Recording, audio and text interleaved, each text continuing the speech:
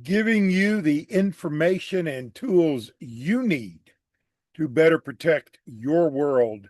This is your Security Guys 2.0. We're back in a minute. We are back. I am the doctor. Welcome into another edition, episode 12, as a matter of fact. And if I may borrow from Brian Dawson, but I'm giving him uh, all the kudos for it. Like, share, comment, and subscribe. Like, share, comment, and subscribe. We'll get this moving along down the road with more individuals paying attention, getting the information, the good information. I hope and pray that you need to better protect your world, and you know who and what is in your world. So we're going to do a government class today. That's coming up because, well, I'll tell you why when we get there. Now, for most of you, you probably already know all of this, but for those of you who don't, we're going to do a little tutoring on government and all of that and how it works. We still got the cool backdrop. The warrior goddess is out and about with number 6. So I'm keeping the fort, as it were. Actually, Mango and MJ are doing that far better than I. But before we get with our government tutorial, question for you. And of course, we're going to talk about Idaho as well. We have to talk about Idaho. I wish we could avoid it, but we can't. Not because I mind talking about Idaho, but because that is the second mass shooting. Let me rephrase that. That is the second, what is a mass shooting, active killer in the last couple of weeks out on the West Coast. Although Idaho, I guess you could argue, is not on the West Coast. But here's my question. What is up with the Secret Service? Now, over the course of my career, I have had the opportunity to meet and in some cases work with, I guess technically now all retired, former, if you will, Secret Service agents. They were and are incredible. Those that are still alive, at least 2 of them that I know, are still alive. They're incredible people. No doubt in my mind they were good agents. At least one of whom I call a friend. He still has phone numbers of and gets called by one of his protectees. These guys were great. These guys had the highest level of honor and loyalty and integrity. But now, I mean, we all know about Butler, Pennsylvania. And if you haven't seen the report, oh, I wonder how long it was. Excuse me, I was wondering how long it was going to take. If you haven't seen the report, I commend it for all of you who have an interest in this because they screwed up royally. All right. That's kind of old news. Trump's in his what, second year now, I guess, 24, 25. Yeah. And, but yet they still have issues.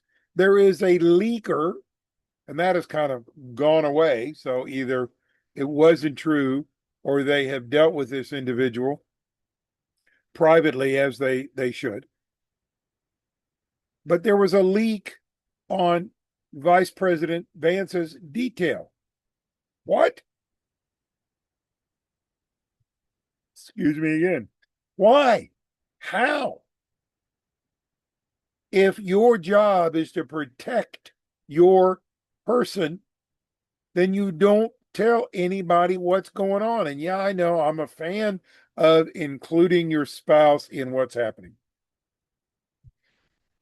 And I would argue, though I don't know all of the policies of the feds, but I would certainly argue that after it's over, you should include your spouse on everything. Doesn't mean you have to tell them every gritty detail. But trust me, your marriage will be better off for that. But you don't tell anybody. You do your job, you move on to the next gig. You do your job, you move on to the next gig. This is not a difficult proposition. And we got somebody that wants to leak Vance's schedule. That makes no sense to me. But all their screw ups in Butler makes no sense to me. The inability to talk to each other, the inability to talk to the locals, the relative lack of planning. I've been involved in two or three of these scenarios, and I'm going to tell you what, of course, I'm old and you can look at me and tell that. But I'm telling you, the ones I have been involved in, no stone was left unturned. Everybody who was involved knew the plan. It was planned out to the nth degree. And these guys doing Butler, now, do I think it was nefarious per se? No, I don't.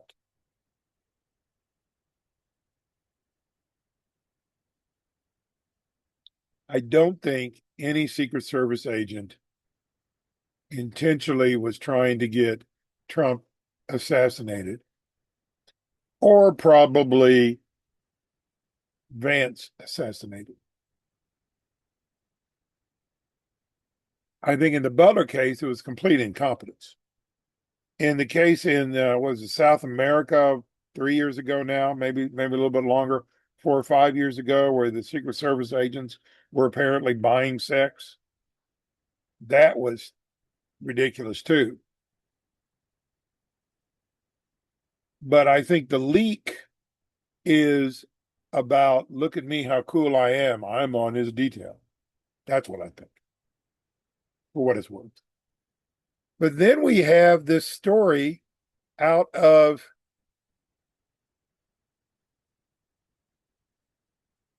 Miami.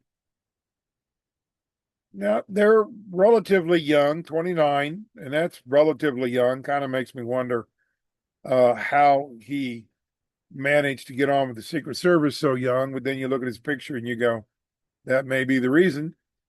Was arrested on multiple felonies, including attempted manslaughter with a deadly weapon and hazing causing serious bodily injury. Hazing. Kappa Alpha Psi, which is a black fraternity, this Secret Service agent, who presumably was a member of Kappa Alpha Psi, was involved in fraternity hazing. Are you kidding me?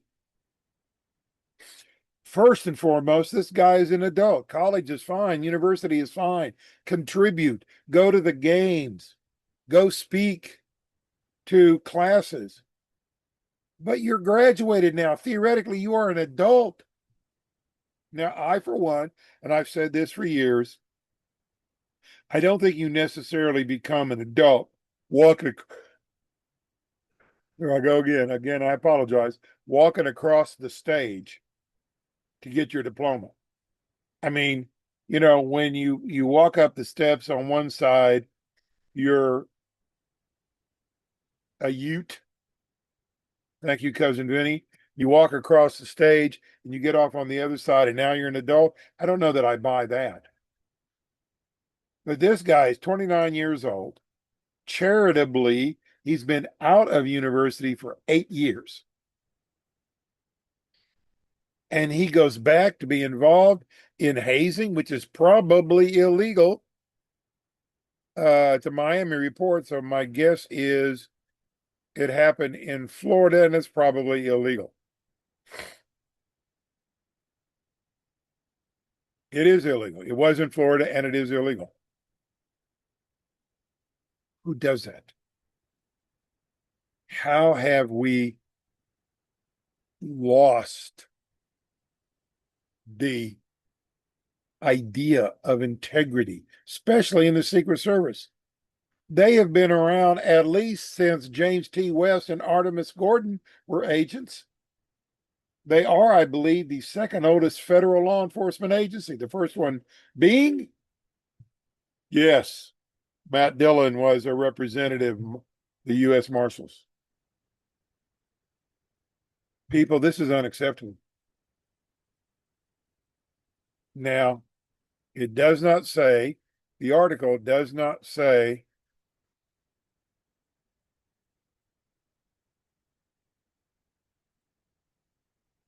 well, it does not say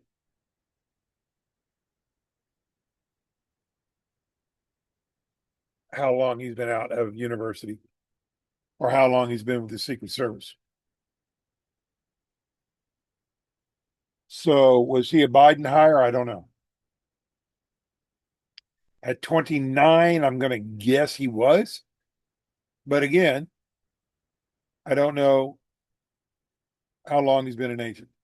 But this is unacceptable.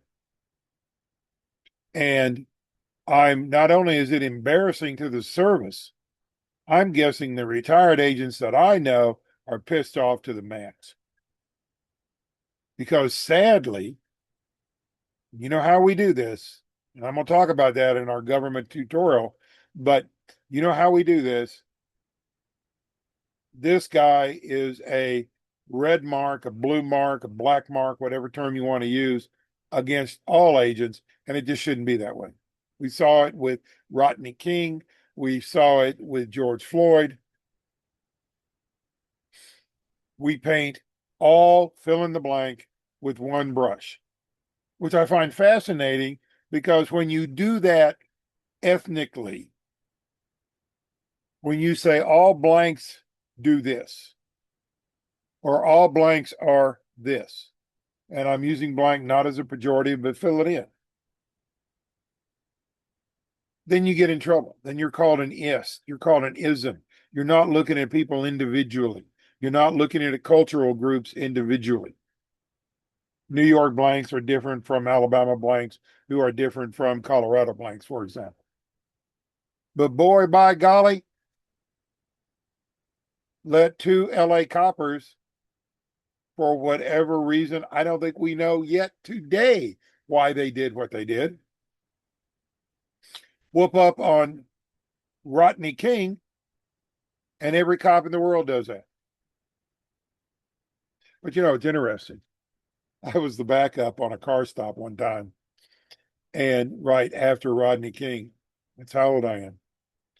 And black male driver jumps out of the car as the copper is walking up to the car. Not a smart move, generally speaking. I don't care who you are or what sex you are. And he jumps out and says, "What are you going to do? Rodney King me?" And the cop had the best answer I've ever heard. He said, "Yes, I am, sir. Get back in the car." Guess what? No mouth, no lip, no attitude. Back in the car he went. And the car stop went off without a hitch. Now, this was before body cams.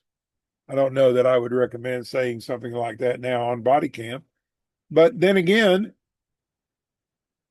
why not? What's wrong with saying that? You're not going to do it. We all know you're not going to do it. I don't care who you are. But be that as it may, that is story number one. Now we are back. The Secret Service is a great agency. It is staffed by great men and women who put their lives on the line every day. And they need to be commended and they need to be praised. This fool needs to be disciplined, probably cashed out. Back in a minute. And we are back talking about two mass shootings, two active killers. Of course, the first one about a week and a half ago now in Seattle, Washington, right around the Space Needle. And there are, I mean, just tons of folks there all the time. And guys started shooting, and people went to running. And I do not believe, I believe he killed himself. Uh, I'm trying to figure out, I had it, but now I can't find it.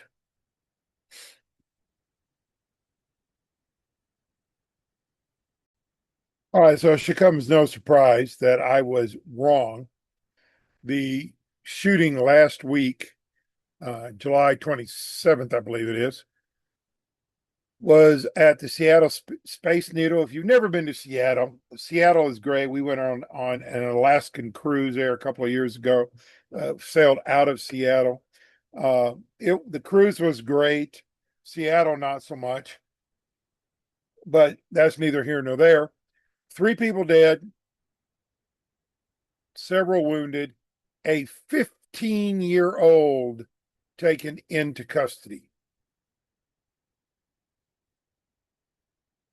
15 years old. Active killer, three dead. Not entirely sure what will happen with him in Washington, but I can promise you it ain't going to be real good, even for a juvenile. You know, I don't know what I was in a behavioral threat assessment management class last week, and they made a couple of really good points, more than a couple. One of which was most of these people don't just snap.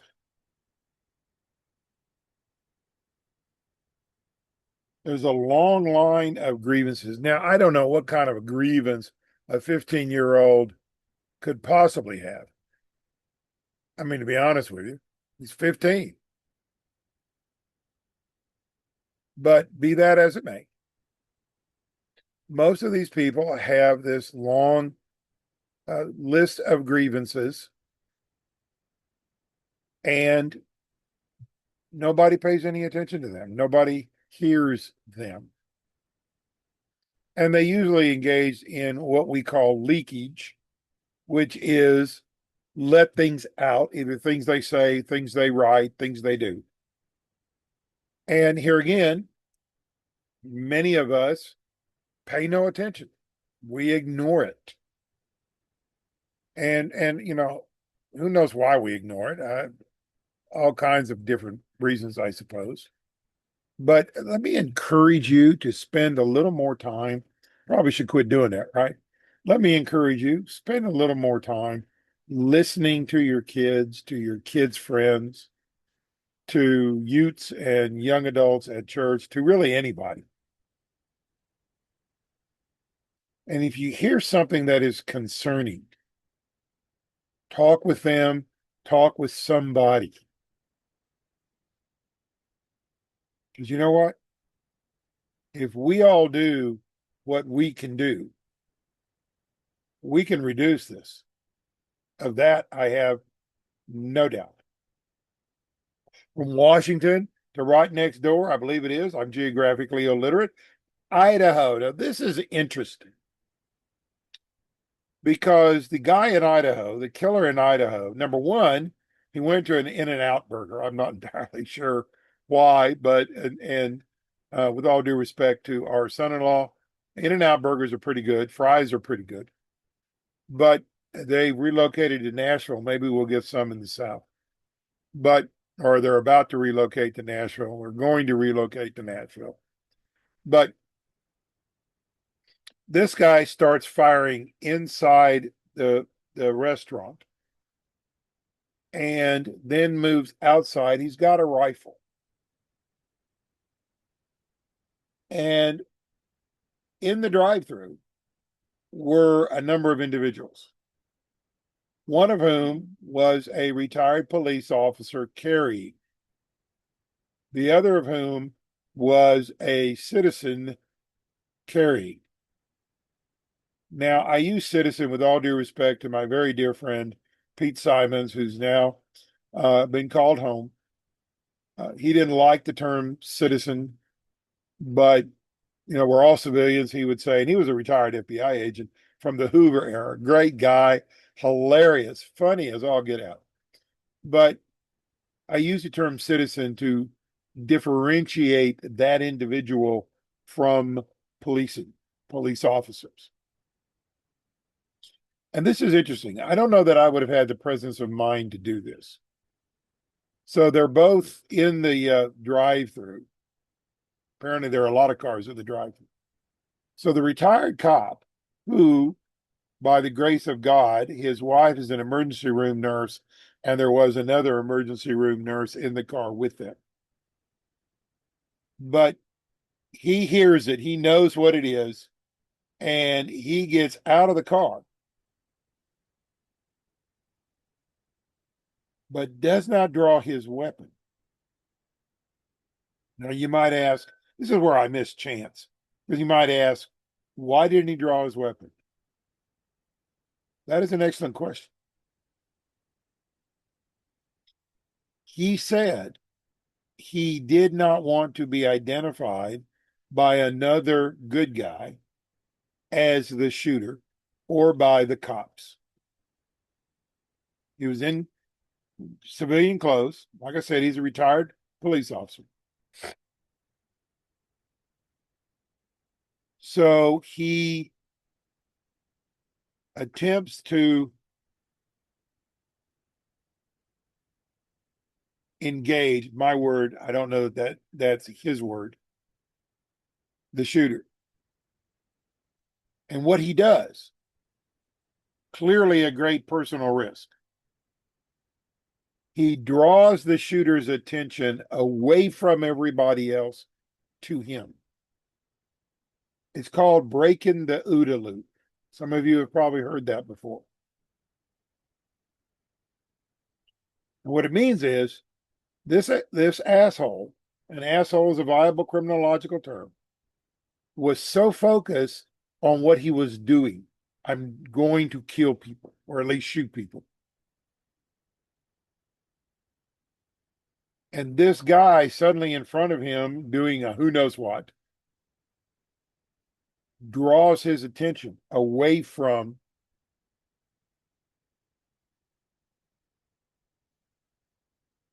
his intent. Now, the police officer, retired police officer, he gets shot, pretty serious injury. He makes it back to the car. They scoop and run and they scoop and go, and they get him to the ER while the nurses, I guess his wife's driving, the other nurse is applying pressure or vice versa. I don't know. But they get him to the hospital, and he's alive, he's living, he's going to have some pretty significant problems, I think. Certainly some pretty significant uh, rehab, but he'll live. The armed citizen, he fires some rounds at the guy, again, drawing his attention away from his initial goal. And the guy slithers off like the snake that he is and kills himself doing the right thing. Here's the takeaway. There's a couple of three of them, actually. One of which is, and we say this all the time, I don't care where you are. It's a Saturday afternoon and you're going to In-N-Out Burger. By the way, I believe it was a new In-N-Out Burger, only been open 5 or 6 days. So you're going to the new restaurant to check it out.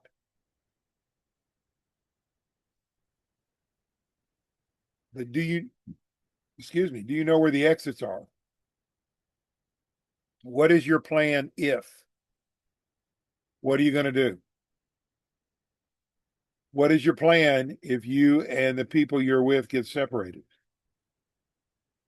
I know you just want a burger and fries and maybe a shake on a Saturday afternoon. And there was a time when you could do that. Not no more.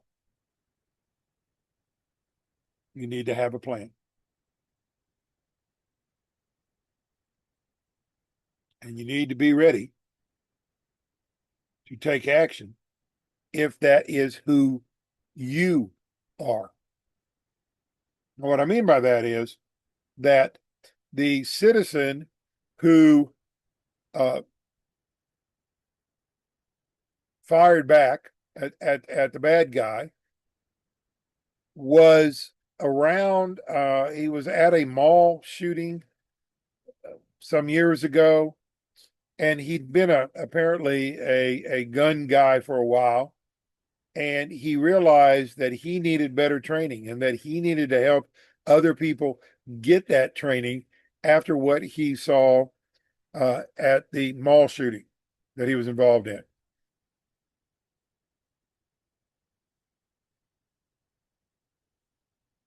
Hell of a guy that guy is.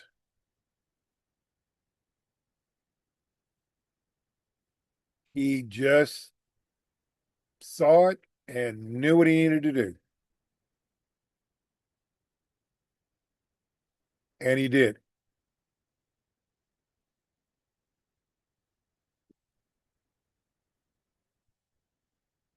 Distracting the individual.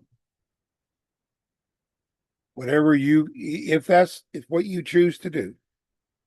And remember, we all make personal choices. In these kinds of incidents, we all make personal choices. And I would suggest to you that unless you are a cop at any level,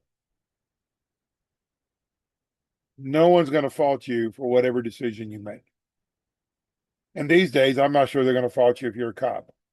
There was a great Blue Bloods episode about that.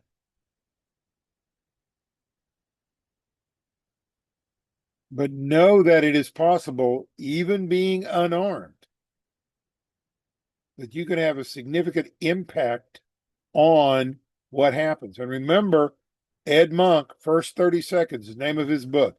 Everybody ought to get it. It's a good read. It's a quick read. First 30 Seconds, Ed Monk.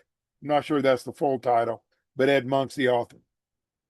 And he says, and he demonstrates this mathematically, believe it or not, that if you can do something in the first 30 seconds of an active killer,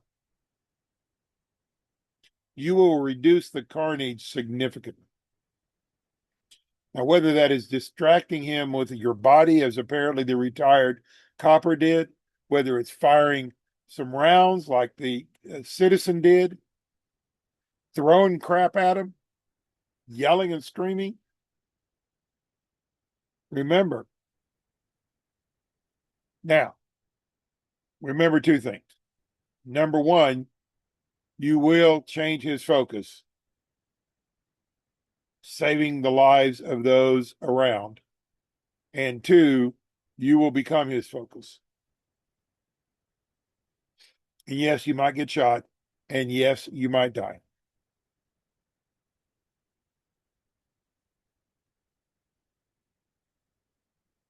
But you will have saved lives. And at the end of the day, isn't that what it's all about? But again, that's a decision that only you can make. Back in a minute. All right, government tutorial coming up. But first, I want to tell you, and I think we saw this during the World Cup, and we've seen it at 9/11, and we've seen it at a lot of these incidents. Probably saw it in Seattle, saw it in Twin Falls, certainly. And what am I talking about? Well, I told you that the warrior goddess and number six are out and about. And so I'm kind of left to my own devices with the pups. And I'm scrolling around trying to find something to watch. And I come across a series on Netflix. I believe it was called The Bombing of Pan Am 103. That is the plane that was bombed by agents of Libya over Lockerbie, Scotland. It is very well done. It intertwines real footage with the dramatic production. It acknowledges that it is a dramatization. But what struck me, and again, I think we see it in spots, but maybe we don't see it enough. What struck me about it was that the citizens, excuse me again, of Lockerbie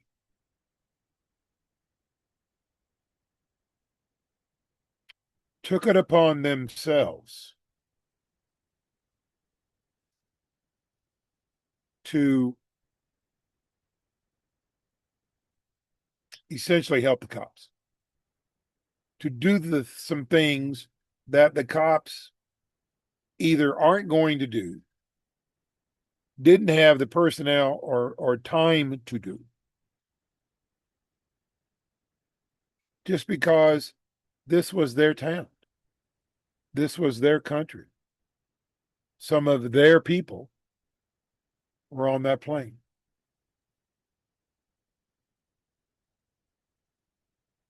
They did things like clean up the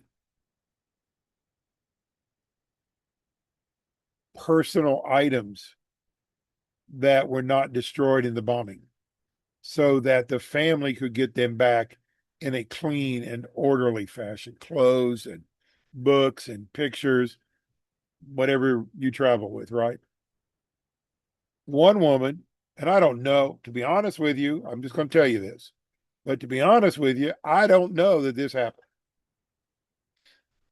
Remember, it was a dramatization, and they acknowledged that. But she spent the night in a field with a victim, a dead victim, so that he wouldn't be alone. Because there was an 850-mile crime scene. That's bigger than it was in Oklahoma City. And I was shocked at how big Oklahoma City's crime scene was when that bombing took place. And we saw it in Oklahoma City as well.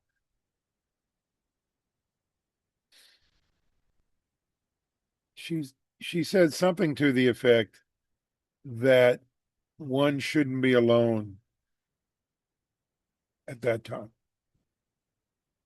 And I just want to encourage you guys.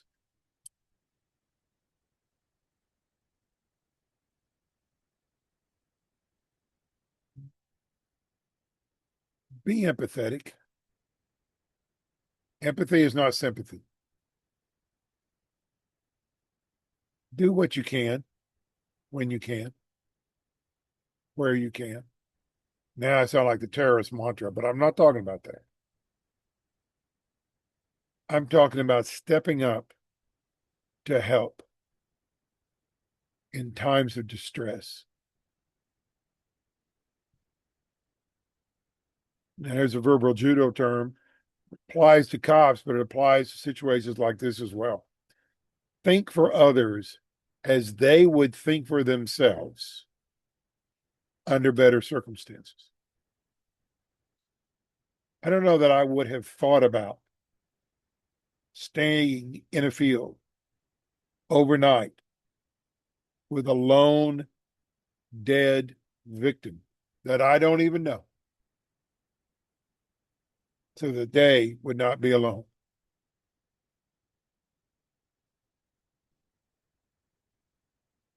One of my closest friends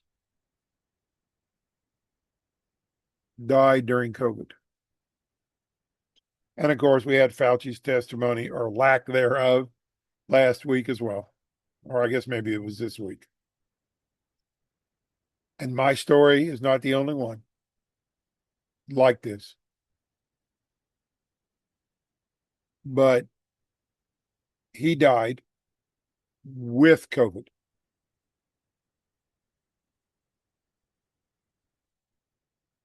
alone.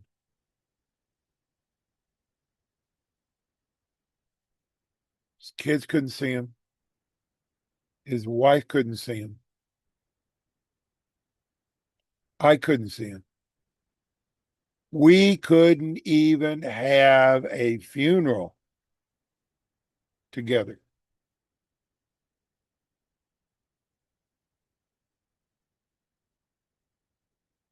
That is not a way to go out. Now, I know we all made our own choices. We all made our own decisions.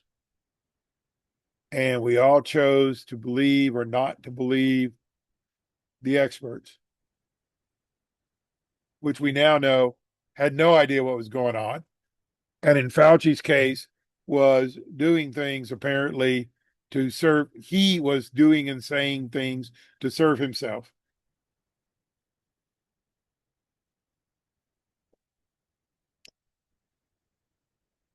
If you get a chance, it's on Netflix, it's 6 episodes. It's really pretty good.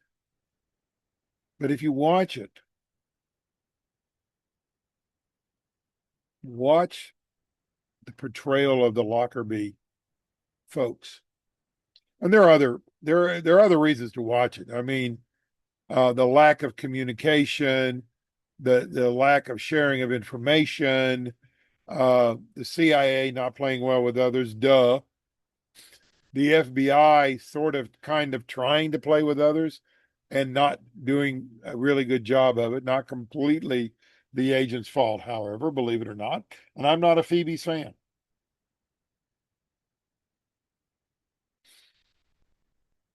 But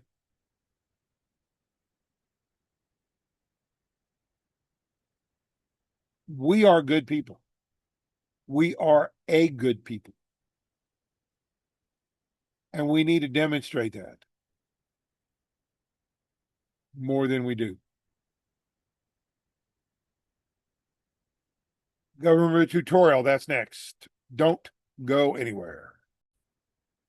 All right, time now for your friendly neighborhood professor to engage in a summary of Government 101. Now, in Alabama, government is required in high school. You only get a half a semester of it, which I never really understood that. The second half was economics when I was in high school. I don't know if that's changed or not, though I do think government is still an option. But of course, we know that particularly in secondary ed, some of the textbooks are less than good. In point of fact, some of them are wrong, particularly in terms of history and government and that sort of thing. But this comes out of social media. Now, we know that more and more people get their information, their news from social media. We know that. Which presumably means that they believe what they see and hear on social media. I don't know. We know that's where they get their news, but do they always believe it? I don't know. I remember way back when Ashley Gann, who at the time was a meteorologist at one of the local Birmingham stations, now she works for Auburn Athletics. Brilliant young woman, attractive, smart. She said that people need three supports when it comes to weather, or three considerations or three strains of reporting when it comes to weather before they are likely to do anything, right? So you see something on Facebook, then maybe you check the weather on your phone, and then maybe you turn on the TV. Okay, it's about to hit the shan, so let's go do something, all right? Let's secure whatever, batten down the hatches, whatever happens to be. Need three. I'm not so sure that's bad. The Bible says don't do anything without two witnesses, so three's probably not bad. So I'm scrolling through Facebook Now, I don't know how many people pay attention to this. I don't know how many people are watching it. Yeah, the stats would suggest not many, but I don't know. Here's what I do know. I do know that one of our local police chiefs in a suburb, Calera, Alabama, I'm gonna call him out because he did a great job. And this is not the tutorial, it's coming. But I'm being squirreled a little bit.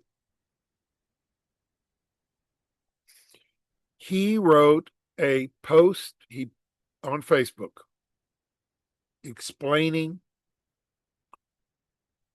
their usage of flock cameras, what flock cameras do, what they're doing, how they're using it. A couple of cases that big cases, major cases that they were able to make as a result of flock cameras. And what they're doing in response to officer abuse of that. Not officer abuse in their agency, but reports of officer abuse. It was brilliant. And I told him so. Had the opportunity to be at the Alabama Association of Chiefs of Police for a very short time on Monday morning, and I saw him and I told him that. Because again, you need to praise the people that need to be praised when they need to be praised, especially cops at all levels.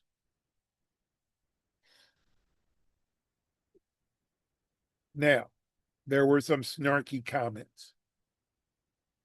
There's always going to be snarky comments. I'm not sure there's anything we can do about that.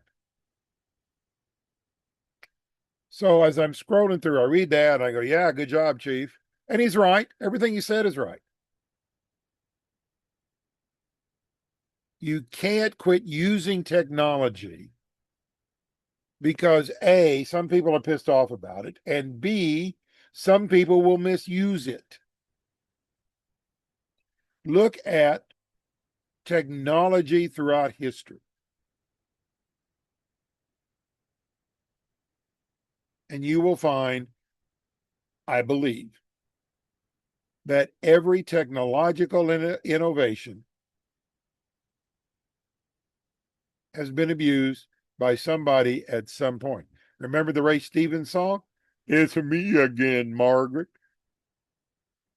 I didn't do that as good as he does.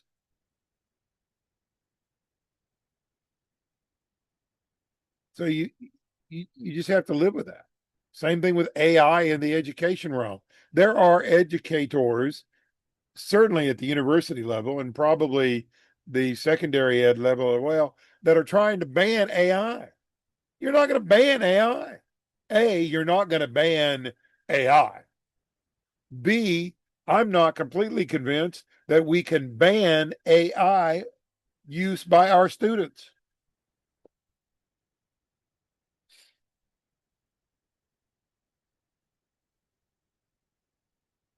Isn't it better that we teach them proper usage of it? Isn't it better that we explain the problems or the negatives or the consequences of improper use? And then, of course, define improper use because you're not going to ban it. I read a headline the other day, didn't have a chance to read the article. The AI revolution cannot be stopped. I believe that. But so here's my point. Sort of. I'm getting there. Squirrel again. So as I'm scrolling through, there was a post about Alabama having passed a law that goes into effect at either August 1, September 1, that allowed teachers to test for marijuana, something to that effect. Okay.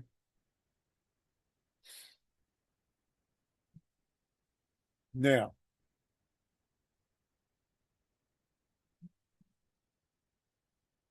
and they were all irate. A lot of other people were irate. You can't believe people will allow educators to do that and blah, blah, blah. It's a law. It's a law. How did they pass a law like that? Well, here's the beginning of basic government. And you all know this because you guys are smart and intelligent. And a couple of you are moderately attractive out there.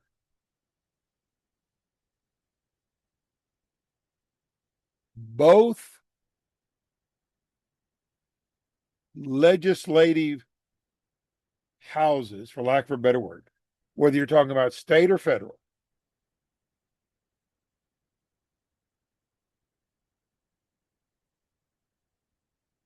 have to pass the law, right? Now, state constitutions, the federal constitution talks about where certain things are supposed to start, but Senator Smith, well, let's look at the NIL legislation. I had the opportunity to hear soon to be, oops, Freudian slip there, and I'm an Alabama fan, but soon to be Governor Tuberville speak Monday. I was surprised at what a good speaker he was. But Senator Tuberville, let's say, well, let's don't say, let's go with reality. Ted Cruz has a bill in the Senate for NIL legislation, essentially. Okay, name, image, and likeness. Now, by most accounts, it's not a very good bill. It may or may not get passed. That's not the point. But it's going to pass the Senate. Well, let's say it a different way. If it passes the Senate, it goes then to the House for passage. And if it passes the House, it'll go up to President Trump to sign. And if that route happens, Trump has said he will sign it. Okay. Same thing happens at the state level. So in Alabama, I believe somebody in the Alabama House, I believe it started in the House, wrote legislation to allow educators to do that with marijuana. And it passed the House. Having passed the House, it went to the Alabama Senate where it failed.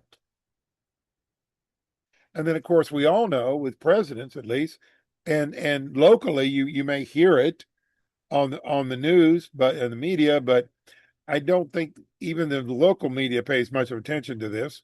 But nationally, we do. The president refuses to sign something. There was a story, about a month ago.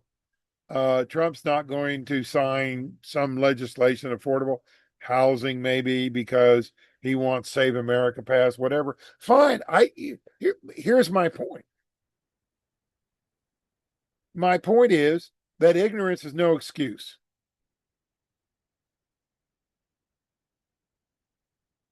Before you decide to post up something or carry a placard or march or whatever, make sure you know what in the world you're talking about.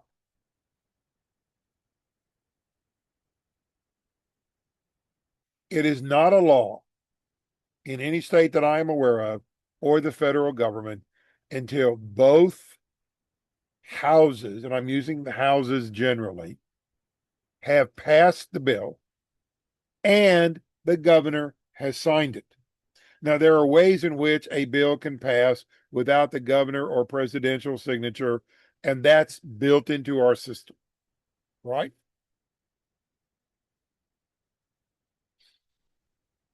And if it passes both houses of the legislature, but the chief executive doesn't sign it, generally speaking, it's not law. Well, it passed the legislature. That doesn't make it a law. And all these people getting all riled up because educators, and they're not going to do it anyway. Even if it had passed and been signed by our governor, there's not an Alabama, well, never say never again, right? That was Sean Connery's problem. It is highly unlikely that any Alabama educator, probably any educator anywhere, is going to take time out of their already incredibly busy schedule to test for marijuana. Not going to happen. You can pass all the laws you want. Not going to happen. Now, if you're a parent and something happens and you want to sue the school because the teachers didn't do the job that they were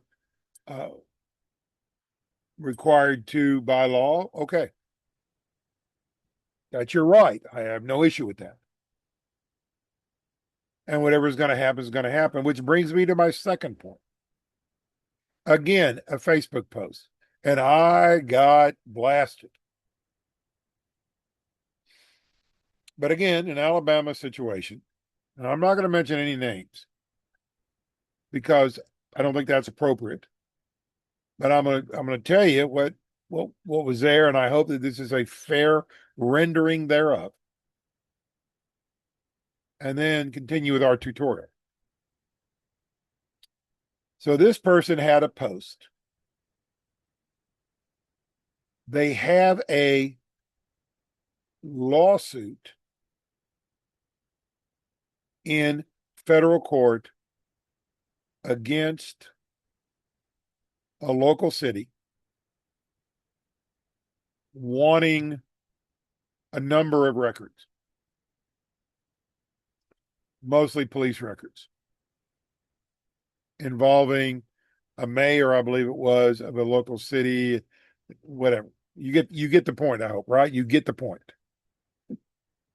So this individual is suing the city to get the records that they asked for, apparently, and were not given because there was a Alabama Supreme Court case several years ago that essentially said that local law enforcement, local police, I don't like the term law enforcement, local police can refuse records request if they are part of a continuing or ongoing investigation.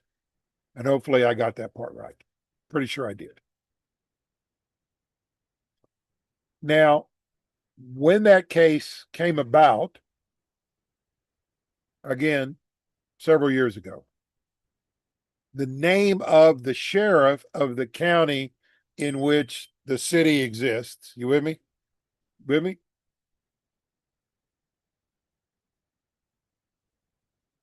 Is named in the lawsuit, right? You sue the sheriff, you sue the chief, you sue the mayor. How many times has Trump been sued, right? Personally or as president, right? Doesn't necessarily mean that the individual named, the sheriff in this case, has done anything wrong. It simply means that he's the guy, he's the big dog that is responsible for releasing the records. Now, as it happens, they didn't want to release the records, so the person filed suit, right? So and so versus County X, Sheriff Jones of County X. Okay? Happens all the time.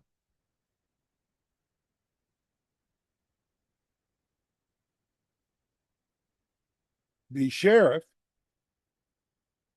the county, they won the case. It followed the appeals process, and the Alabama Supreme Court said essentially that the sheriff and the county were in the right. They didn't do anything wrong. Records that are part of an ongoing investigation do not need to be released. Or it's up to the discretion of the party involved, etc. All right? Now, based on the Facebook post, apparently There was no subsequent federal ruling. So the plaintiff in that case apparently didn't try to get it into the federal courts on appeal or whatever. Or they did and lost, and the Facebook poster doesn't want to mention that. But the point is this: Alabama Supreme Court, it's over. The vast majority, I think I have said this before since we have been 2.0. I know I said it on the radio show. We get all kinds of bent out of shape about who the next Supreme Court justice is going to be and which president is going to be appointing the next Supreme Court justice and how many will they be able to appoint and blah, blah, blah, and trying to get Supreme Court justices to retire before the president loses or whatever, all that stuff. And that's fine and good. That's politics, that's ideology, fine and good. But the Supremes only hear about 100 cases a year. And they get to decide what those cases are. Now, yeah, they pay attention, whether they should or shouldn't. That's a discussion for another time. They pay attention to politics. They pay attention to social consideration, to cultural considerations. But they get to pick and choose the 100 cases they hear. And they get to pick and choose how they're going to hear it. Not everybody gets a oral presentation in front of the Supremes. Sometimes it's just a brief. Send me your brief. And we don't worry at all about appellate court judges who are appointed in the same way that the Supreme Court justices are appointed for, and they're appointed for life. And we don't make as big a deal about that. And yet the vast majority of case law that comes from the feds comes from appellate courts, the U.S. Court of Criminal Appeals, the U.S. Court of Civil Appeals. Well, actually, I guess it's just the Court of Appeals.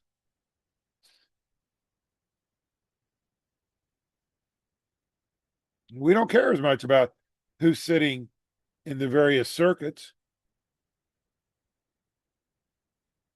We care about who's on the Supreme Court. Same thing at the state level. Same thing.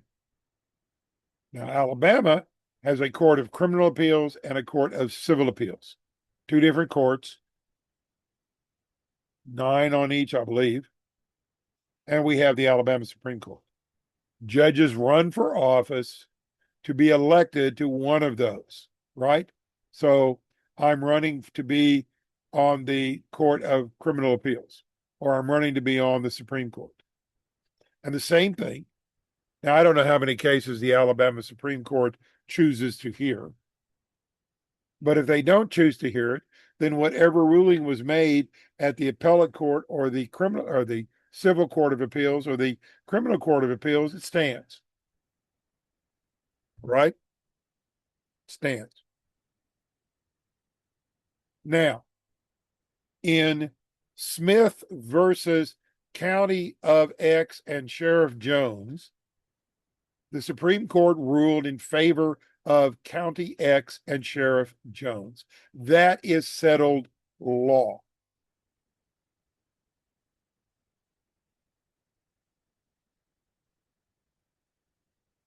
When the Facebook poster,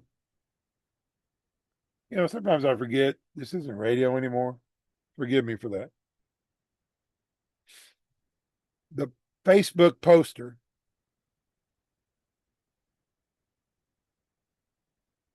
said that one of the rationales for them not getting the records they want was Jones versus County X and Sheriff Smith.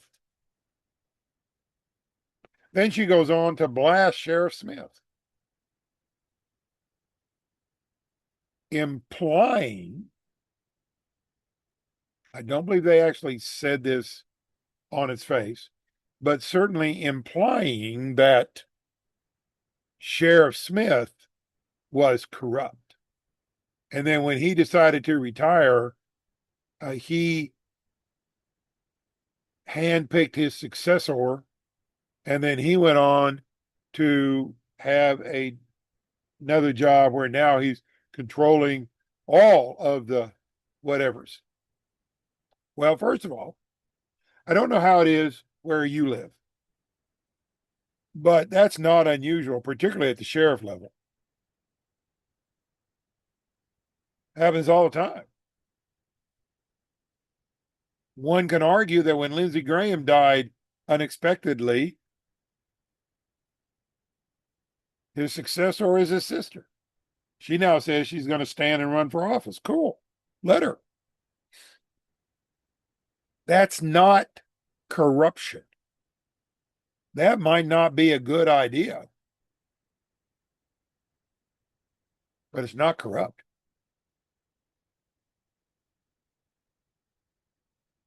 I mean, I suppose if the successor is corrupt, but still, you know what I mean. There's nothing inherently corrupt in that. There's nothing inherently corrupt in Sheriff Smith taking another job with another organization, whether it's related to sheriffing or not, to policing or not. The sheriff in Arizona that won the Republican primary for Senate, drawing a blank on his name, and we interviewed him on the show. Drawing a blank on his name, Mark somebody or another. Man, did he get blasted. He's a constitutional sheriff and a right winger and all of that. And how did he win in Arizona? What happens if he gets into the Senate and blah, blah, blah, blah, blah? Well, he won in Arizona because, with the possible exception of the governorship, apparently, Arizona is largely a red state. And he is likely to win the Mark Lamb. He is liable to win the senatorial seat in Arizona. And he got blasted for all of this corruption that he was, but there's no evidence of corruption that I saw in anything I read. And there's certainly no evidence of corruption on the Facebook post. And yet all kinds of people, like I said, the poster certainly alluded to it. In fact, I think they may have said corrupt a couple of times. They don't know their government, apparently. They certainly don't know case law and the power of case law.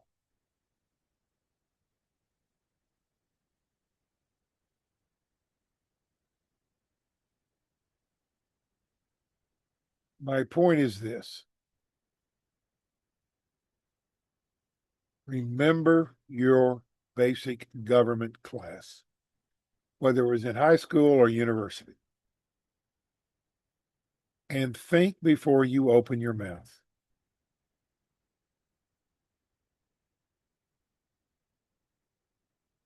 Now, you can talk about discrimination.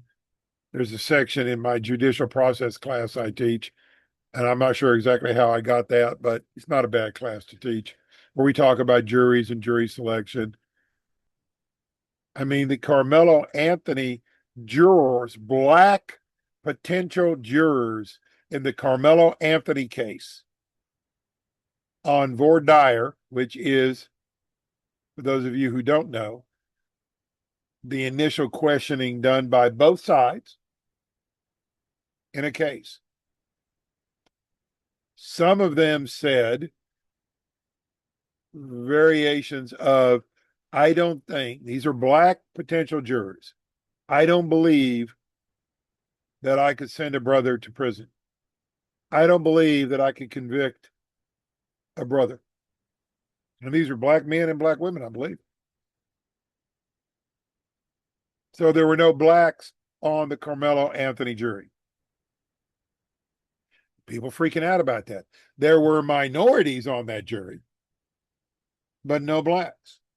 Well, if you're the prosecutor, do you want somebody on your jury who has told you they may not be able to convict because fill in the blank?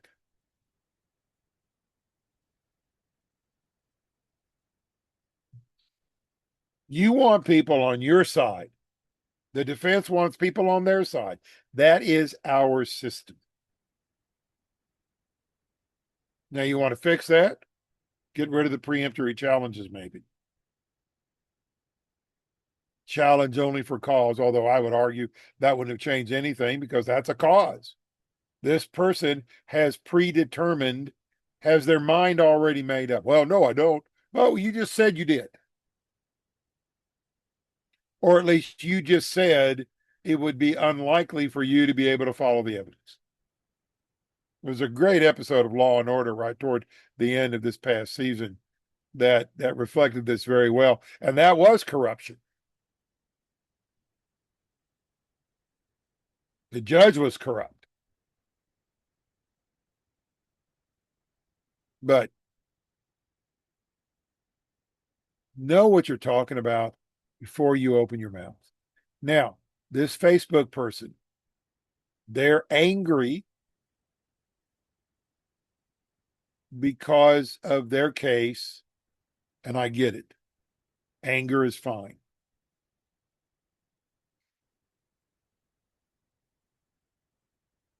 But just because Jones versus County X and Sheriff Smith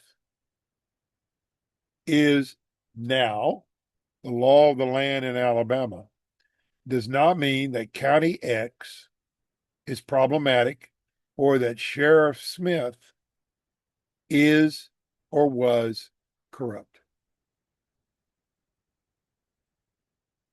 It means essentially, no pun intended here, he or she made a better case or made a better legal case. Now, there are people who argue, well, the Alabama Supreme Court's corrupt. Well, what are you going to do? You're going to go all the way up to, I mean, come on. Just because things don't go your way does not mean that there is nefariousness going on. It means you lost. Great line, Magnificent Seven, the original Magnificent Seven. When Britt, the knife guy, gets challenged, and they do the challenge, and the loudmouth says, I won. Y'all got eyes? You saw what happened? I won. And he goes over to Britt and says, Britt, you tell him, I won. And Britt very calmly pours a cup of coffee and very simply says, you lost.